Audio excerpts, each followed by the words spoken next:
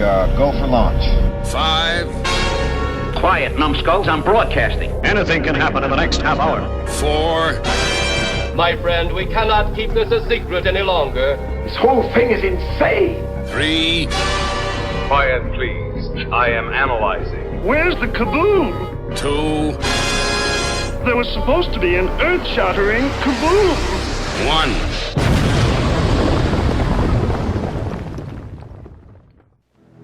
There is a creature alive today who has survived millions of years of evolution without change, without passion, and without logic.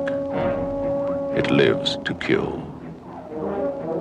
A mindless eating machine.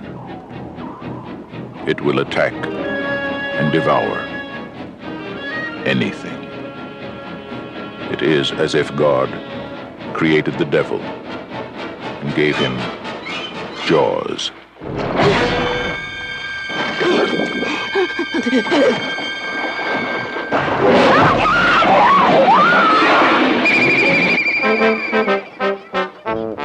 This is Universal's extraordinary motion picture version of Peter Benchley's best-selling novel, Jaws.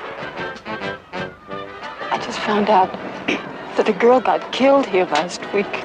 And you knew it. You knew there was a shark out there. You knew it was dangerous. But you let people go swimming anyway. Did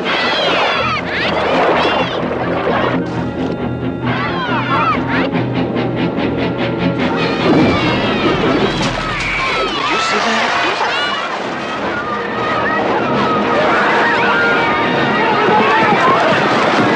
It's all psychological. You yell barracuda. Everybody says, huh? What? You yell shark. We've got a panic on our hands on the 4th of July.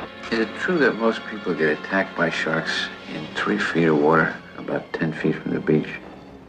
Yeah. What we are dealing with here is a perfect engine, an eating machine. We're not only going to have to close the beach, we're going to have to hire somebody to kill the shark. Bad fish. But I'll catch him and kill him. Did you hear your father? Out of the water now! This shark, swallow you whole. You're gonna need a bigger boat. That's a 20-footer. 25. 3 tons on him. Hurry up, he's coming straight for us. Don't screw it up now. Don't wait for me. Now! Shoot!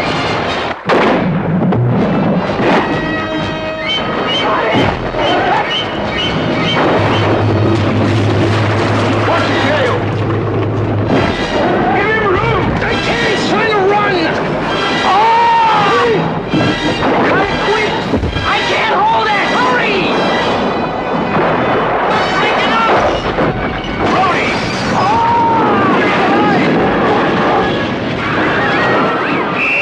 Everybody out of the water! None of man's fantasies of evil can compare with the reality of Jaws.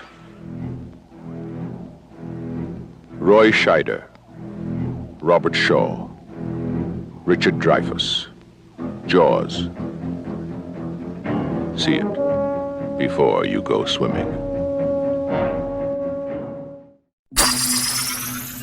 Greetings, my fellow galactic travelers, and welcome back to Planet 8. This is your mission commander Larry speaking to you from our hidden base. Chief Engineer Bob is here by my side as always in the command center, and circling Planet 8 in our orbital spy satellite is Reconnaissance Officer Karen. And on this episode of Planet 8, we're going back to the summer of '75, one of our favorite summer blockbusters here on Planet 8, the movie Jaws. This film changed what a summer blockbuster would be and become. Straight away, let's kick it over to our chief engineer, Bob. Bob, when did you first get to see the film Jaws? Well, being the aged person that I am, I did see it. Older and wiser. That's right. I did see it in its initial release in the theaters in 1975. Wow. And wow, they had theaters back then. So yeah, I was. We could go to theaters back then? I was 15 at the time, and yeah, no, it had an impact. You know, not just on me, but I think on everybody. I think beaches were like empty that summer because it was like right, or the beaches were full. It's just the water was empty. But yeah, when I'm back in those days, I used to hang out summers down at Mission Bay in San Diego. A friend of my mom's had a trailer down there. And I used to hang out in the trailer and go down to the beach and go swimming and everything else. Yeah, that summer, not so much on the swimming stuff. It's like, and you know, it's like so creepy because I think the thing that really hit me anyway with Jaws was the fact that like you can't see under the water. You know, when you're up on a boat, I mean, it's not like you're looking in a pool and you can see the bottom and, hey, there's something down there. It's like you can't see anything. So it's almost like you're taking a leap of faith just jumping in the water and what the heck is in there. But well, let me ask you this, Bob. How did you find out about the film? I mean, were there commercials? Was it through Creature Features? What was the... there were trailers all over TV. Okay. And yeah, you'd say, oh, that looks cool. Let's go see it. And I can't remember who I saw it with. I'm sure I saw it with one of my friends. But yeah, like I said, I was 15, so it's probably something like, you know, my mom dropped us off at the theater and we went in and saw it. But yeah, no, Jaws was definitely the first summer blockbuster. And it was the highest grossing film until Star Wars came out. Yeah. You know, 2 years later. Mm-hmm. But yeah, and it was definitely, that was the one. And I think in one of the documentaries, they were saying that the distributor didn't want it in as many theaters as they could get it in. And they only had I think they were going to get it in 400 theaters, and he said cut it to 300 because he wanted people not to be able to get in there. He wanted people to line up. He wanted to see the lines. Mm-hmm. He wanted it to, you know, hey, you can't go this week, go next week. So that actually stretched it out throughout the summer. Because back in those days, it wasn't like, hey, let's play this movie for like 3 weeks and then, boom, we got to put it out on home video. There really wasn't any home video back then. So you get a movie that starts in the summer, it would play all summer long. You know, even like Star Wars and Spy Who Loved Me came out in 1977. Those played all summer long. Right. You know, and then once the fall rolled around, then they start transitioning into the fall and, you know, Christmas, winter movies. So yeah, Jaws played the entire summer, and you could go see it as many times as you wanted and just scare the crap out of yourself so you never go swimming again. But yeah, you were just starting to see multiplexes. Mm-hmm. They were just starting to come in towards the mid to end of the 70s. And before that, pretty much you'd go to a theater and they'd show like one movie and you still had a big giant screen, which is the way you should see a movie like that. Yeah, we had like the Hillsdale Cinema, and I think that was like one screen.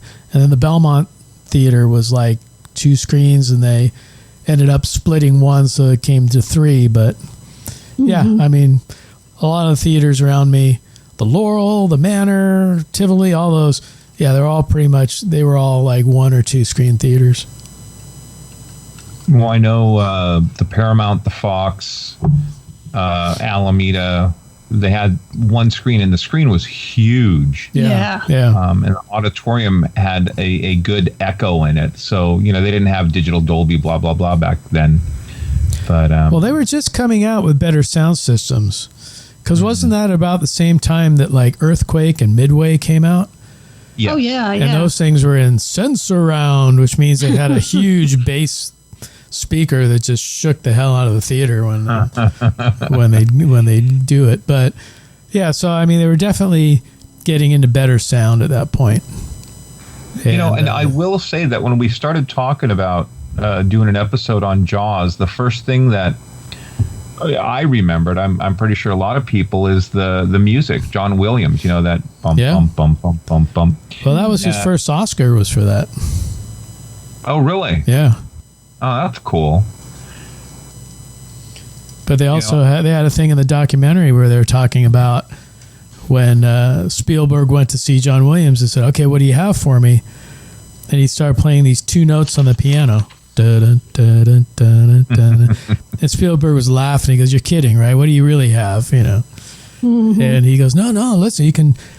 And I think the beauty of the 2 notes, it's almost like a heartbeat. Mm-hmm. So as it's going, he can like increase the speed, slow the speed down, and actually kind of play with your emotions that way. Well, in the crescendo, with the trumpet, it leads to something, and there's like a release, this pent up fear of the unknown, and then ba-ba-ba.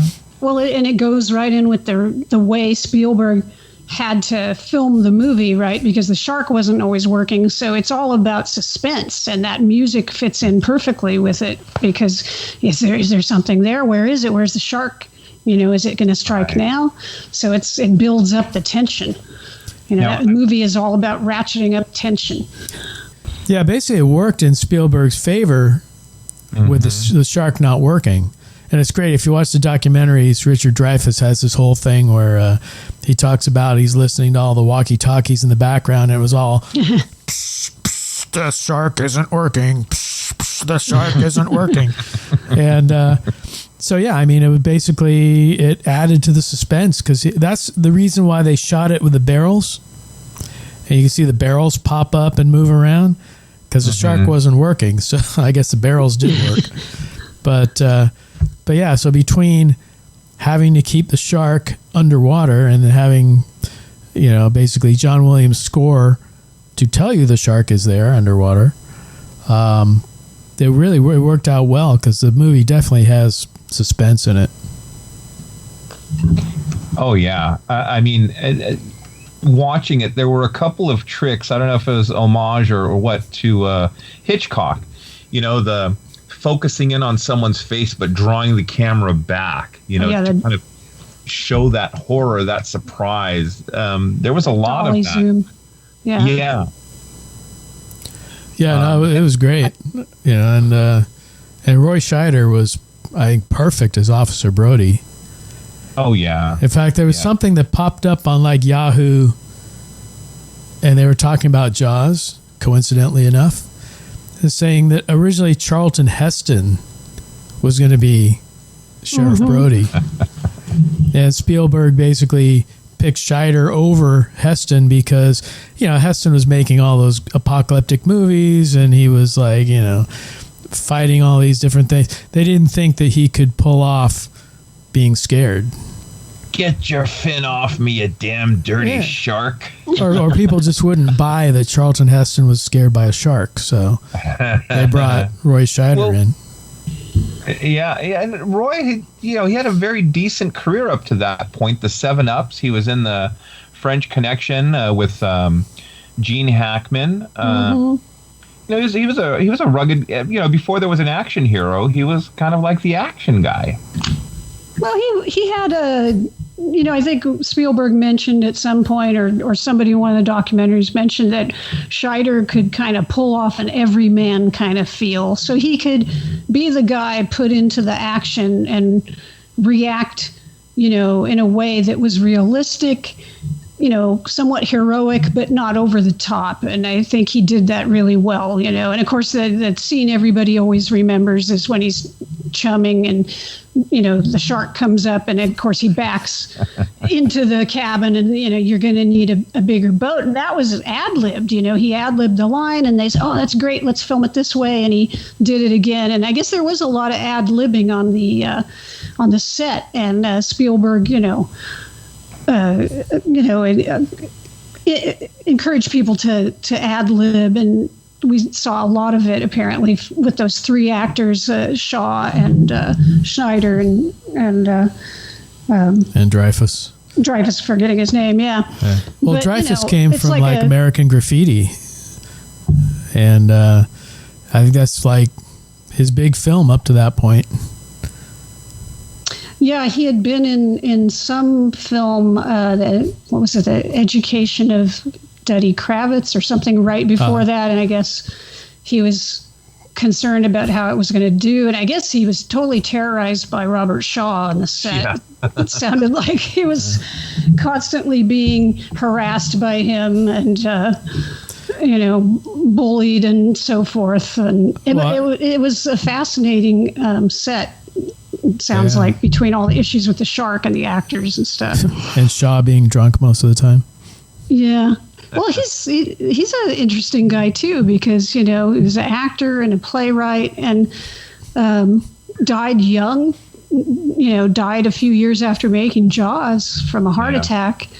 But was a really well-respected guy. And that whole speech about the USS Indianapolis, they went through a few different guys trying to write the speech, including like John Milius, who, did Conan and some other movies people would recognize. And it was like, how are we going to do this speech? And at one point they had like 10 pages, and Shaw's like, I can't do 10 pages. So he finally whittled it down and into that's like a riveting speech when he's talking about, the sharks circling the men and all this stuff.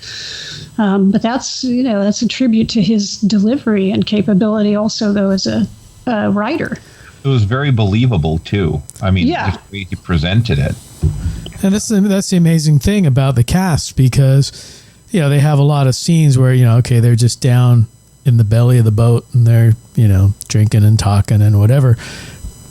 But when you're watching that, you're not saying, where's the shark? Where's the show the shark? It's like you're riveted by their performance and what they're saying and what they're doing. And, I think if you had any lesser characters in there, then it really wouldn't have worked.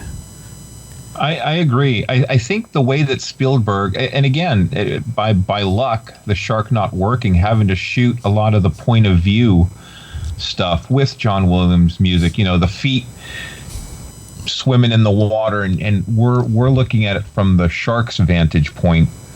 And then rather than showing like limbs flying left and right, we find an arm on the beach with crabs crawling on it. Or, there was that one great scene, and Karen and I had seen the film years ago at the Paramount with that head under the boat, and it just, the whole theater, there was like one huge wave of people jumping out of their seats. Well, that was an amazing story, too, because they shot it, and they had a preview screening, and no one jumped at that point. And the theater was, or the Paramount, whatever, was saying, no, that's fine. The movie's fine. Green light it. And Spielberg wasn't happy that no one jumped at that scene. So he spent like $3,000 or $4,000 of his own money, went into some guy's pool. It was the film editor, Vera Fields' recreated house, that hole in the boat, out of balsa wood or something. Yeah. Got the head, and then he shot it like 7 or 8 different ways. Like, it's like the diver comes in, it pops out. They come in simultaneously, it pops out. So he did that, and then he picked the one that, when he showed it to friends, made them jump, and put that in. And he was happy with it because it made everybody jump. But because of that, it lessened the impact of when the shark jumps out of the water at Scheider. He goes, oh, nobody jumped at that one. Because they had already jumped at the head coming out of the boat. And so, they were already looking for other stuff, and they were like prepared. So it it made that seem better, and then it kind of lessened the impact of other scenes. But well, I guess I'm a nervous man because I jumped throughout the film. Oh yeah.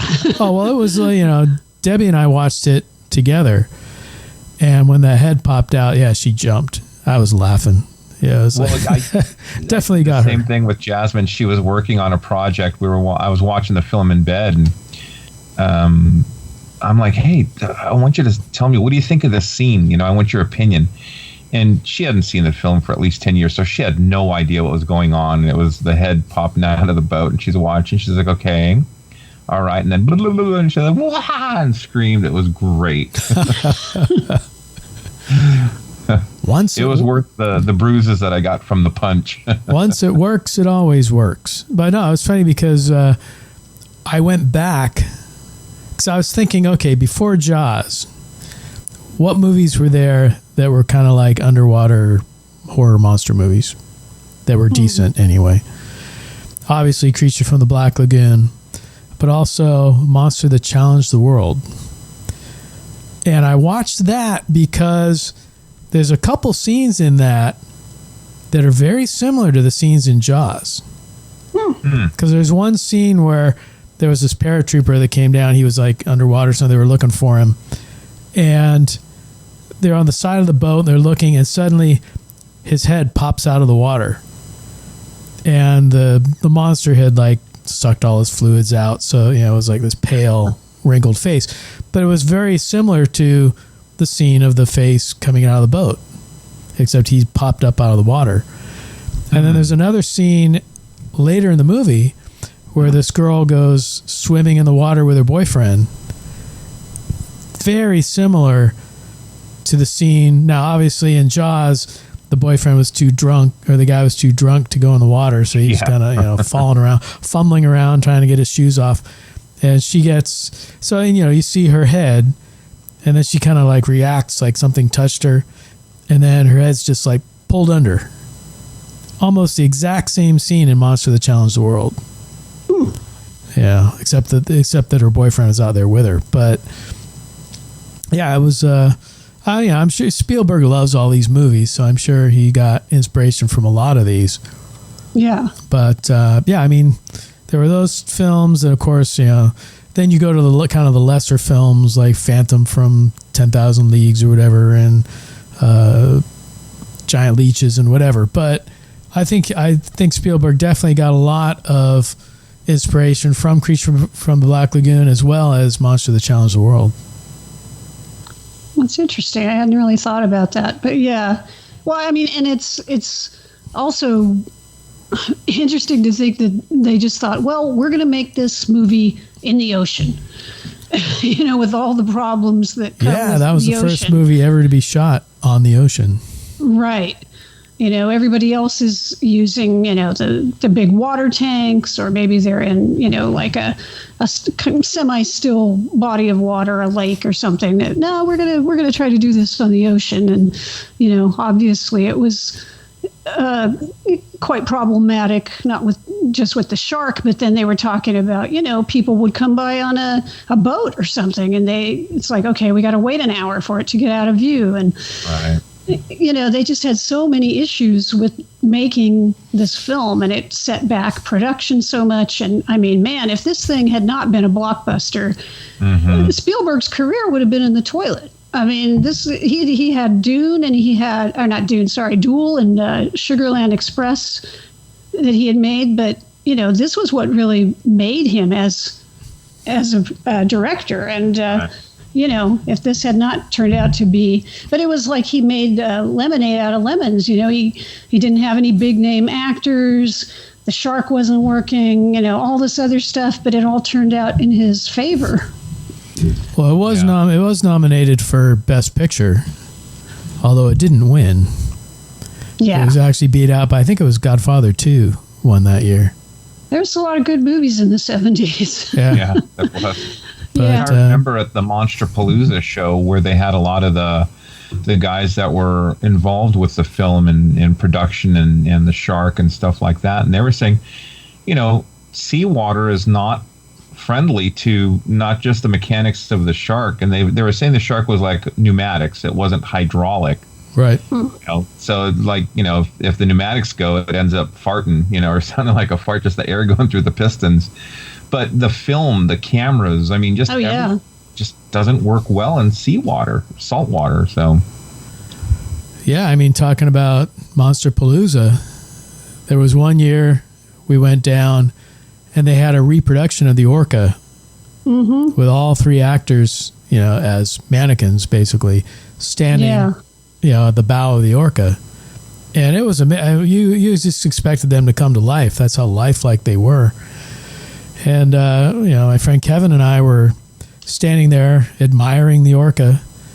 And this guy comes up behind us. He's like, "Excuse me, can you take my picture in front of the boat?"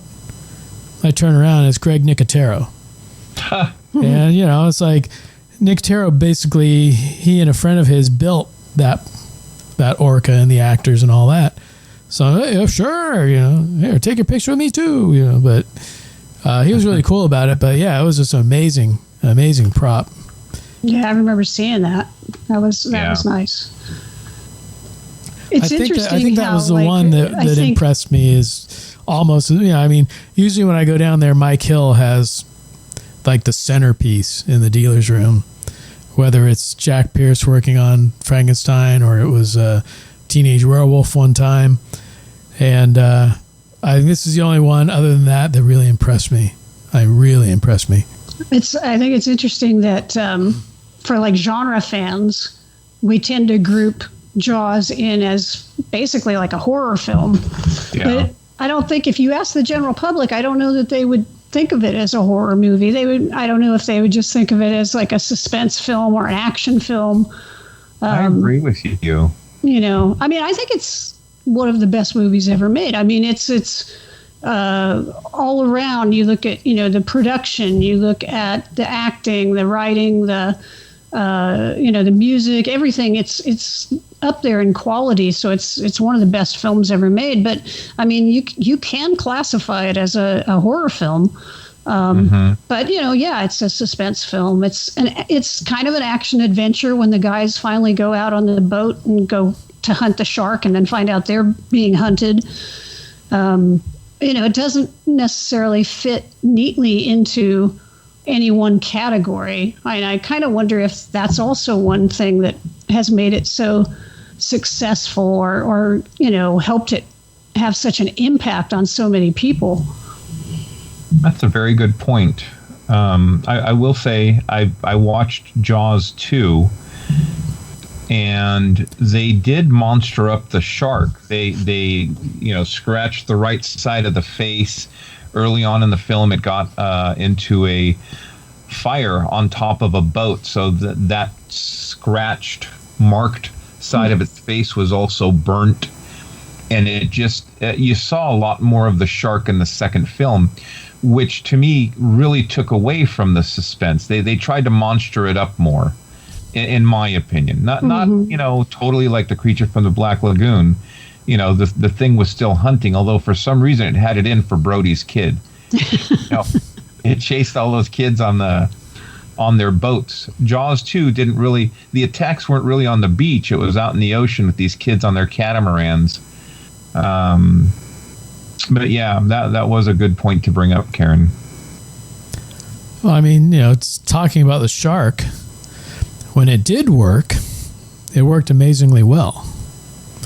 And it was like, a really, definitely a step up in movies. Because, before Jaws, if you said, hey, we're going to have this big mechanical shark, it's like, yeah, okay. Yeah.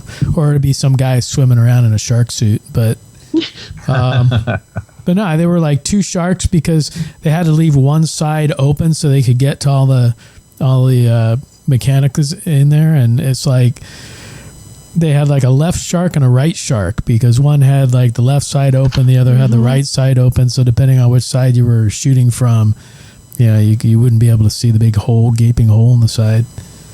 But it was definitely a feat of mechanics. And, again, that's probably the first time anyone had really attempted to do something like that because it was 25 feet long.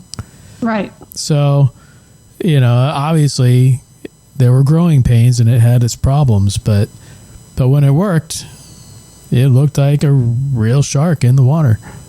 Well, and I will say, having been to Universal Studios in Hollywood a number of occasions, they have the tram tour, and the tram tour will take you through, old New York and through the European village where Frankenstein and Dracula, marched through.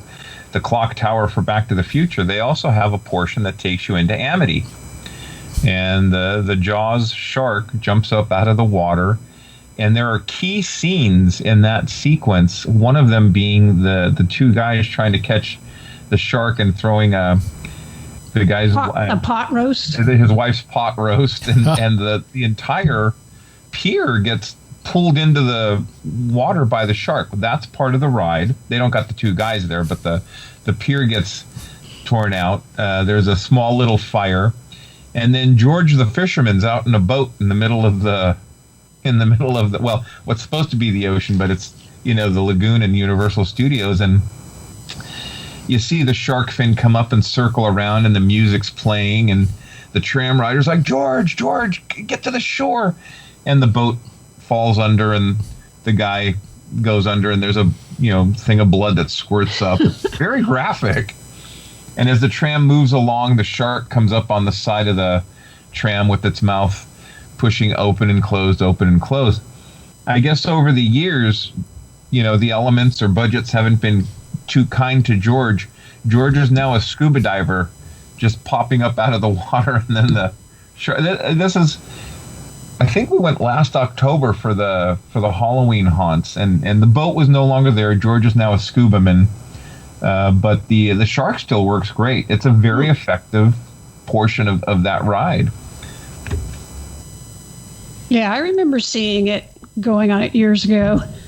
And when it pops up and you see all those teeth gnashing back and forth, it's still pretty scary. It's a lot of fun. I think that's, the visceral power of the movie is still there. And this is the thing, I think nobody really thought that much about sharks until Jaws came out. And I know you guys, you grew up in California, you Northern California boys, and I grew up in the Central Coast region. Although, Bob talking about going down to San Diego. And, I was either on the Central Coast beaches or down in San Diego with my cousins in the summer times, swimming and snorkeling and body surfing and all that. And then as an adult, in California or, being lucky enough to go to like Hawaii and Australia and snorkel and surf and stuff there. Every time I get in the ocean, every time I am thinking about, there could be a shark out here every time. And it's that thing, like Bob says, you can't always see under the water. Now, if I'm snorkeling, I can see pretty good under the water. But if I'm swimming or surfing or something, it's like, you're taking a chance. And it's all of that awareness is all because of this film, really. Well, that's when you have to carry your bat shark repellent. I will say, when I saw the film, I can't remember how old I was. I wasn't even 10. I was probably like 7 or 8. And I was that bratty little cousin. My older cousins took me to go see it. And, I'd watch creature features with them. I remember watching Phantasm with them. And now you see what that's done to me as a young boy, a grown man. Forever changed my life. But I remember just having troubles taking a bath and closing my eyes under the water. You hear that song, let alone going to the... And I don't know what's worse, going to the beach and having goggles and looking under the water, or not having goggles and not looking under the water because you hear that music. Da-dun, da-dun, da-dun. It just, to this day, I'm a little trepidatious going into open bodies of water. Well, I think the thing that got me was I saw the movie and I read the novel during that summer. So I was probably sitting on the beach reading the novel. It's like, I don't think I'm going in the water today. Not too good, Bob. One thing I came across that being a geek that I thought was kind of cool. You remember the trailer for Jaws? It's very iconic, and there's this wonderful narration, deep voice, beautiful voice. Well, you know who that was? That was Percy Rodriguez, who played Commodore Stone in Star Trek in the court-martial episode. Yeah. And he was in one of the documentaries, and he was saying how, and he does this whole line where he goes, if it is as if God created the devil and gave him jaws and all this other stuff. He does this narration. It's fantastic. And he says, well, when they gave it to me to read, he was like, they wanted me to do sort of this high-pitched kind of like, frantic, kind of scared, like high-pitched thing. And he goes, no, I've got to do it like calm and sort of under under the music, like with the music, and calm and deep. And it was like perfect. When you hear that trailer, I went to YouTube and threw up the trailer and listened to it, and it was like, oh my God, it's still like the perfect trailer, where he's just, it is a killing machine. He's like really flat, and it's just like the shark, it's like just steady and calm, and just like the music. It's a great trailer. Well, it's just like the movie, building suspense. Yeah. Yeah, it's so funny you say that, and now I hear it, and I'm like, oh yeah, that is his voice. Yes, Commodore Stone. It's it's great. Great guy, had a great voice. It was reminiscent. His voice is reminiscent of Orson Welles in a way. Maybe the monotone or the lower part of his voice, as I think about it. So he's one of those rich, deep voices. Yeah, I would love to have a beautiful voice. Yeah, he's got a great voice. But just another one of those things about Jaws. Everything came together perfectly, even the trailer, right? It was just, That was one of the things I noticed, too. Spielberg had nothing to do with the second film at all. And, they kind of tried to mimic his style. But it was, I'm going to butcher this name, Jeannot Szwarc. I'm not even going to try to pronounce. Schwarz? Yeah, and he was like the second director to come in. The first director, Universal didn't feel he could pull off an action film. And Jeannot, coincidentally, had directed Somewhere in Time, which is one of my favorite films. And I digress. Christopher Reeves, yes. And he also directed Supergirl. Yeah, kind of an interesting little tidbit. But one of the things I noticed in Jaws, Spielberg was developing the quote-unquote Spielberg, moment, or the exciting moment, or, the moment where there's jeopardy and stuff like that we saw later on in films like Goonies and E.T., he was kind of refining it in Jaws. And so it's interesting to watch it in that regard, to see what was he thinking, where did he want to go, and where did he end up going. And because that may have worked so well in Jaws, he carried over into other films. Yeah. And it became part of his style, unintentionally or not. Well, luckily he didn't find the intensely backlit scenes that he used in a lot of films after that. Well, Close Encounters, I guess. Key the backlight. Yeah. But no, if you consider, like Karen said, he had only done a couple films before this. This was, it was definitely a leap of faith to put such a huge film into his hands at that point in his career. Oh, Universal took a huge risk. I wonder, was Universal behind the movie Duel? I think so. Yeah, and go ahead. It wasn't made for TV. I think it played maybe in Europe or Canada in theaters, but in the U.S. it was a TV movie, or they played the movie on TV. So he, and it's a decent movie, but he really didn't have the. I don't know why they chose him. He had the connection with Richard Zanuck. So, okay. The producer, Richard Zanuck, had worked with him on Sugarland Express. And I don't know. I unfortunately didn't do the research to see if he'd worked with him on Duel, but Zanuck really believed in him. And when Zanuck and his partner, producing partner, had bought the rights to Peter Benchley's novel before it was published, these things get floated around in the publishing world, or they used to. I don't know how it works now. And it was Benchley's first novel. And it was kind of unheard of that like a first novel would blow up the way it did. And so they read Zanuck and his buddy read the novel in like one night. And they were like, oh, we got to have this. We got to have this.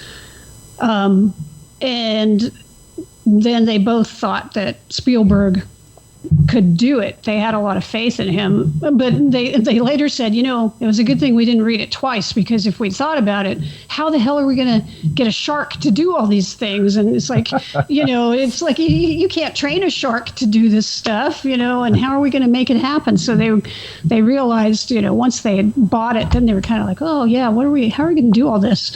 But yeah, they were lock, stock, and barrel with Spielberg doing it. They had a lot of faith in him. And not to take away from Spielberg, but I will say, before CG, and there are movies that have CG that really stink, but before CG, you had actors that really had to act. And Bob mentioned this before. These guys really sold this film. I mean, the acting is superb. Well, you really invest in these guys, right? Yeah. I mean, because you think about the ending, I mean, basically they blow up the shark, and it's kind of ridiculous. Oh yeah, he shoots the cylinder in the shark's mouth and he blows up. If you think about it, it's pretty ridiculous, and it's not at all like what happened in the book. The book, I didn't read it. I know Bob did, but apparently they harpoon him, and then the shark sort of sinks and suffocates and dies. But that's not very cinematic. So not Spielberg. Hollywood. Right. Nobody who wants to see that, right? It's not exciting after you've been chased by the shark and it's been killing people and stuff. You want something big. So they were like, we're going to blow up the shark. So they came up with this big, exciting ending. And I would have loved to have been part of that meeting. Well, what are we going to do? How we end the shark? We'll blow it up, blah. That sounds like a great idea. But it wouldn't. I think if you weren't invested in all the characters, maybe you'd be like, "Oh, that's BS. That's right. Get out of here."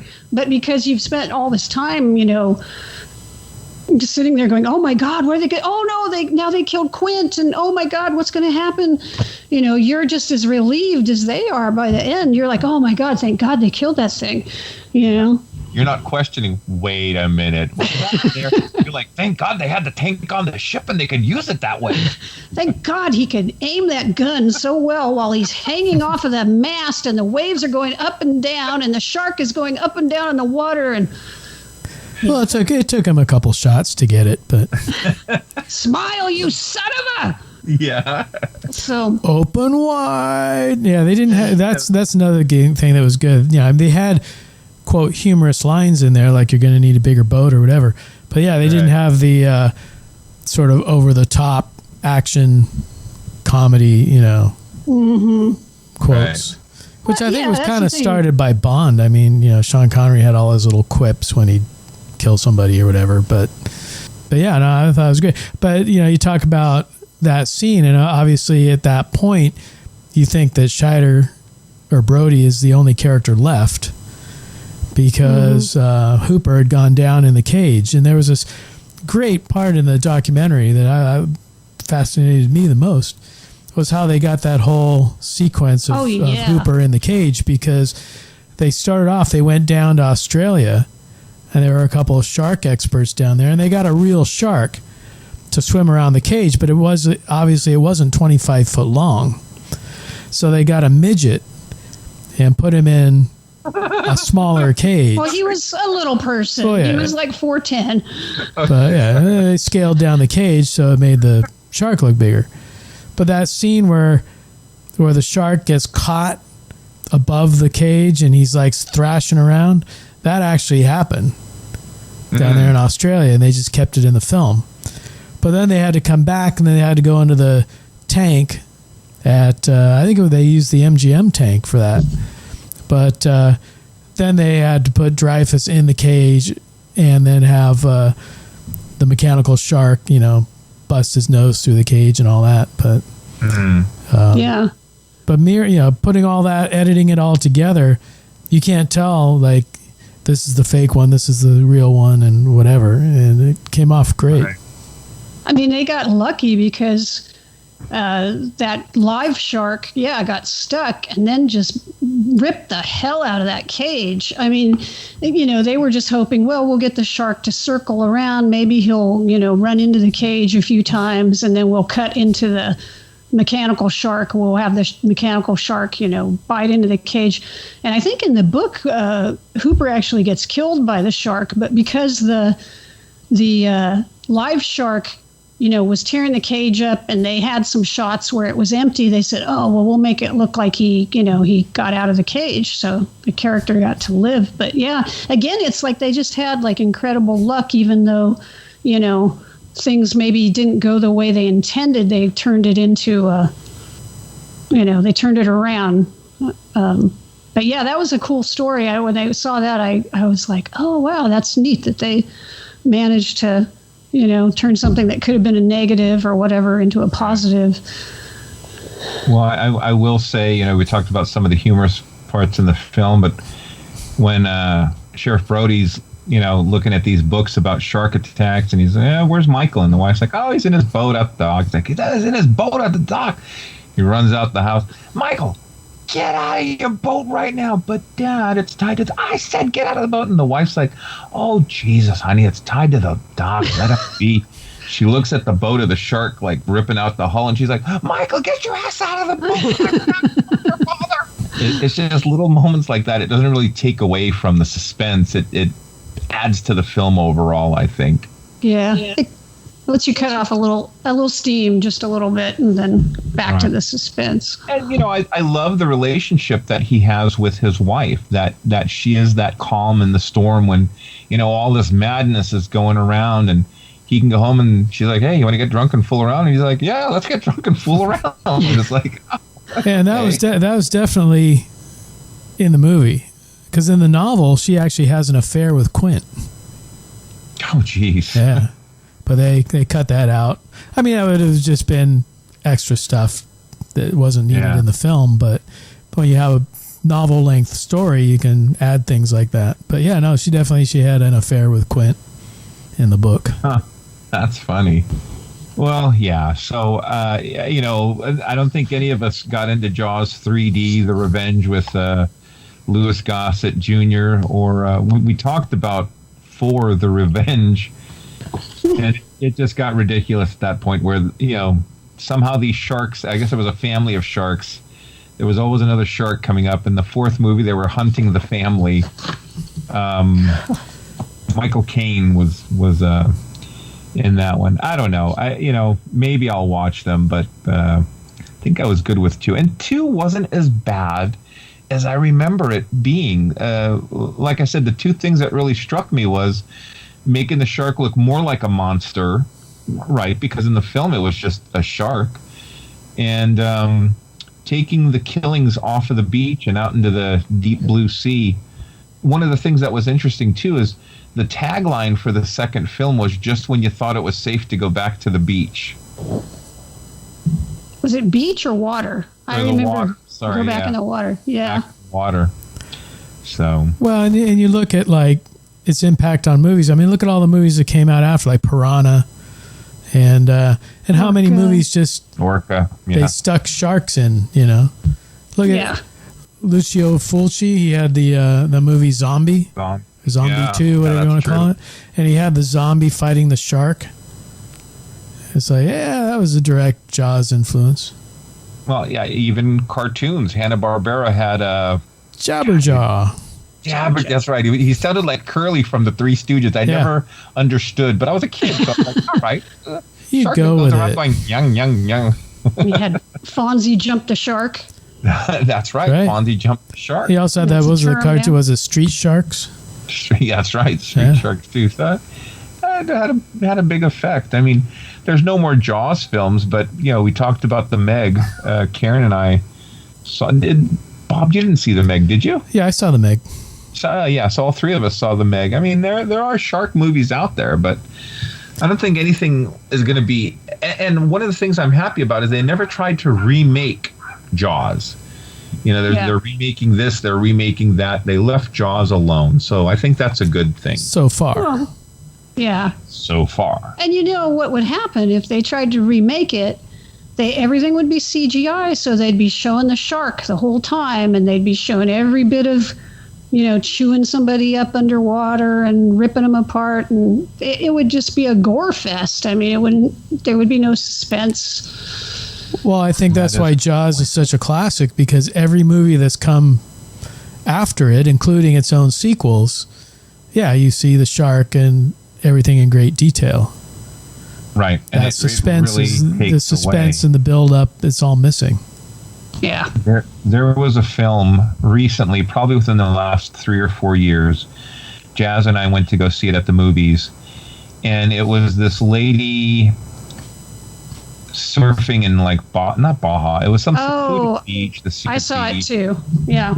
Yeah, and it really made the shark seem like her enemy. Right. Whereas, in actuality, it's just a shark.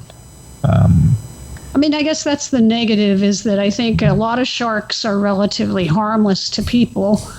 But now, people fear them and sometimes go out and kill sharks for, no real reason. So it's not great for the shark population out in the wild that they've got sort of a reputation now.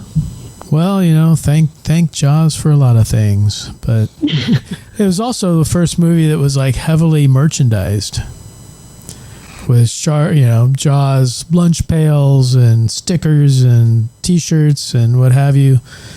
And of course, that was ramped up to a whole new level when Star Wars came out. But yeah, I mean, Jaws definitely had a lot of merchandise out at the time. And it wasn't, it didn't come out when the movie came out. It came out months after the movie was out, because they realized, hey, this is a big hit and we can sell some stuff. Yeah.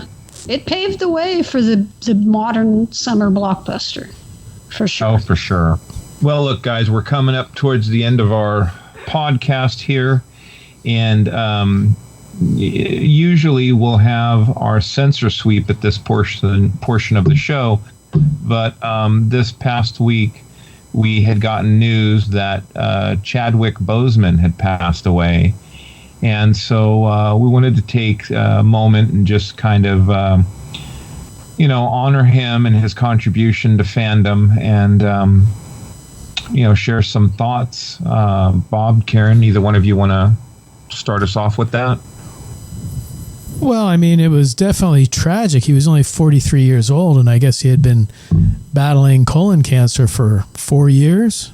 So going back to 2016. So you have to figure that he was probably diagnosed shortly after he shot Civil War. Right. And after that, he was in, Infinity Wars and, of course, Black Panther and Endgame.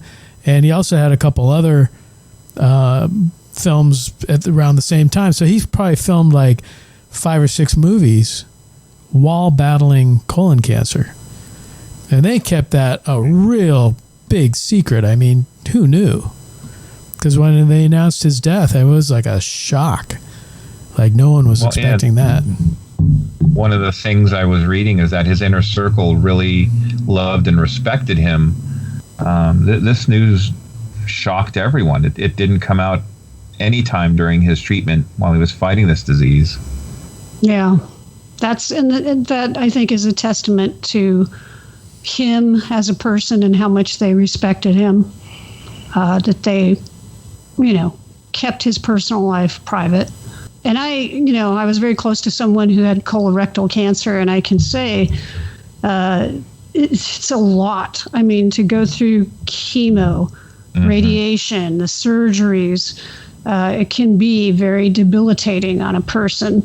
The fact that he continued to go out to make movies, but not only that, but he is out there working with children with cancer in hospitals, right? Doing all this stuff. By all accounts, a very giving and gracious person.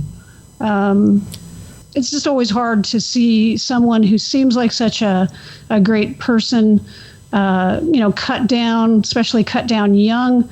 But man, during this year when we have had to go through so much already, to lose a good person like that, it's just devastating. Yeah, I was just looking on Internet Movie Database. I mean, let's say that he found out shortly after Civil War.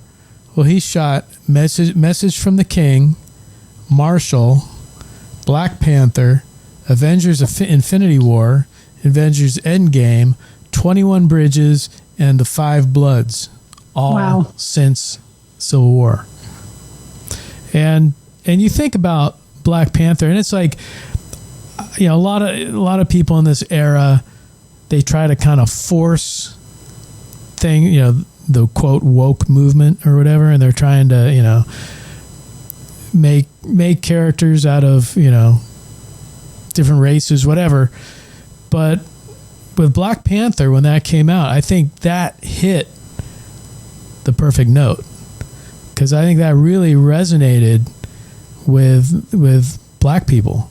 I mean, just if you saw the impact it had, I mean, obviously, you know, we're close to Oakland, and the director of Black Panther was from Oakland, and you know, they did a lot of charity work with that film. And yeah, I mean, I think black kids growing up, you know, there were kids when Civil War came out, and of course Black Panther, this probably is going to hit them hard, because he definitely became a hero for that entire, you know, sector of the audience. You know, as an actor, I think his role as Jackie Robinson, you know, was phenomenal. The Thurgood Marshall in the film Marshall, I mean, he ended up winning the NAAC Image Award and a Screen Actors Guild Award for his Black Panther portrayal. But Bob, I think you're right. There's a lot of young African American youth that, you know, finally, much the same as reading the comic book, there's a comic book hero, or there's a hero that looks like me. And, you know, Chadwick was very cognizant of that. And, you know, a lot of his charity work was, you know, around those efforts. Look, when he'd go visit the kids, it didn't matter if you were white, black, Chinese, you know, Japanese, whatever. He did good work on the screen and off the screen. And, you know, if anything, I hope that, you know, whenever something like this happens, there needs to be someone who comes up and picks up the torch and runs with it. And I'm hoping that there will be another person that can come and do the fine work that Chadwick did. Well, he was really cognizant of what Black Panther would mean to African Americans. And one of the things that struck me, and I remember reading this when the film came out, was that when he was hired to play Black Panther in Civil War, originally they wanted him to take on an English accent, like he had been educated, like T'Challa had been educated in like an English university or something. And he told them, you know, basically, no, look, he should have an African accent, because Wakanda was never colonized. Wakanda, right, you know, was never conquered. And so, look, we're to take on an English accent, a European accent, would be sending the wrong signal to people about what happened in Wakanda, about, you know, this, they're creating this image and this sort of dream for people to have, right? And so, you know, he made this pushback, and they said, okay, you're right. You know what? You're right. So he stood up immediately when he took the role and understood the gravity of what he was doing. Right. And I thought, you know, this is a smart guy. This is a guy who cares about what he's doing. A lot of guys would have said, it's a comic book movie. Who cares what I do? But, you know, he realized that he was going to make an impact. And that's impressive. And, you know, he is a smart guy, Howard University graduate, did a lot of work outside of film that, you know, right, like you said, with charity and other efforts and stuff. So we lost a good person. You know, it's just, what can you say? 2020, again, it's been a crappy year. But like you, Larry, I hope that, you know, some good will come out of this somehow. To his family and friends, you know, just condolences. And I think that's what kind of put his character above like Sam Wilson or Rhodey, because he represented an entire nation. And, you know, you're looking at his whole culture and background and everything in the Black Panther. And it's like a whole world separate from the MCU. Mm-hmm. You know, that the MCU clashes with and he's brought in, but yeah, I mean, there's much more background to his character than like the other two. Indeed.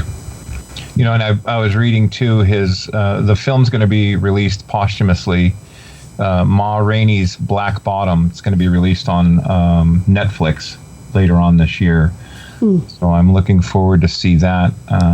Well, supposedly on this date that we're recording this podcast, I guess ABC tonight is going to show Black Panther and have a whole tribute to Chadwick Boseman. There you go.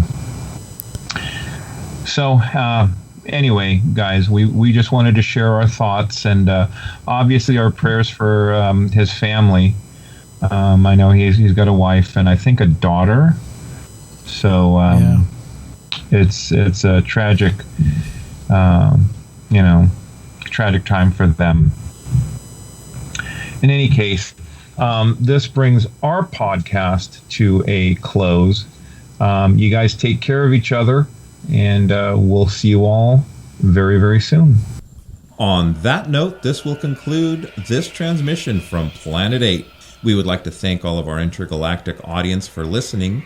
Be sure to head on over to our website at www.planet8podcast.com, where you can get more information on this episode's topic. For more conversation, find us on Twitter at Planet8Cast. Or on Facebook at facebook.com/Planet8Podcast. We want to thank you guys for tuning in each and every episode. We look forward to your input and opinions. Until next time, this is Planet 8 signing off. End transmission. By George, he's got it. It is the end.